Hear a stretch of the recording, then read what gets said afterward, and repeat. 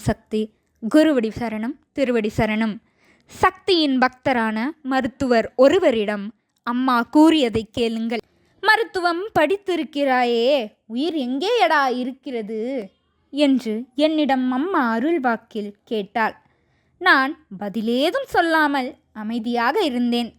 அம்மா தொடர்ந்தாள். கல்லீரலில் இருக்கிறதா, சிறுநீரகத்தில் இருக்கிறதா, இருதயத்தில் இருக்கிறதா அல்லது மூளையில் இருக்கிறதா என்று சொல்லிவிட்டு, உயிர் என் கையில்தான் இருக்கிறது மகனே. காற்றை பிடித்து நான் கையில் வைத்திருக்கிறேன். உடலை விட்டு உயிர் போனால் அந்த உயிர் எங்கு போய் சேர்கிறது, எங்கு போய் கலந்து நிற்கிறது என்பதை எந்த விஞ்ஞானியாவது கண்டுபிடிக்க முடியுமா?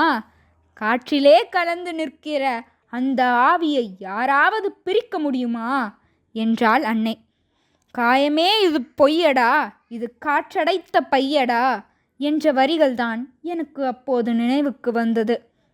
என்னடா ஆடு, என்னடா மாடு, என்னடா கொழுப்புச்சத்து, என்னடா இரத்த அழுத்தம், எல்லாமே எனக்கு கட்டுப்பட்டதுதான்.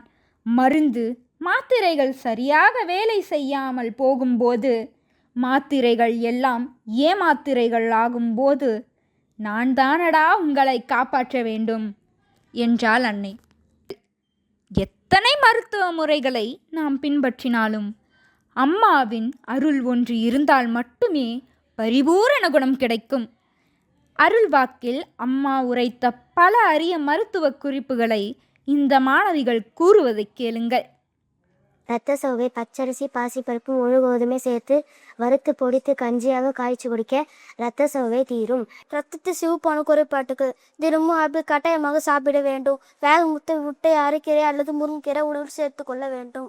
நீர்க்குழுவான், சிக்கன் பாக்ஸ் மஞ்சளையும் வேப்பிலையும் அரைத்து உடம்பில் தடவினால் கொப்பளங்கள் காய்ந்து உலர்ந்து கொட்டிவிடும். உடல் பலம் பெற கேழ்வரகு 1 கிலோ, கம்பு 1 கிலோ, வெள்ளைச்சோளம் 1 கிலோ, கொள்ளு 100 கிராம் ஆகியவற்றை வறுத்து அரைத்து கஞ்சி காய்த்து குடிக்க வேண்டும்.